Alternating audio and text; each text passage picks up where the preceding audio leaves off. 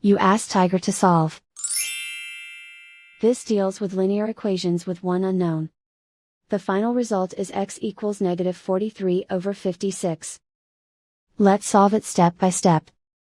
Simplify the expression. Expand the parentheses.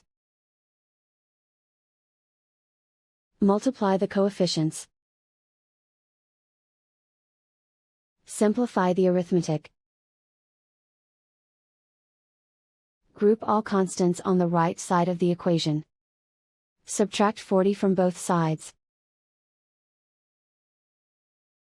Simplify the arithmetic.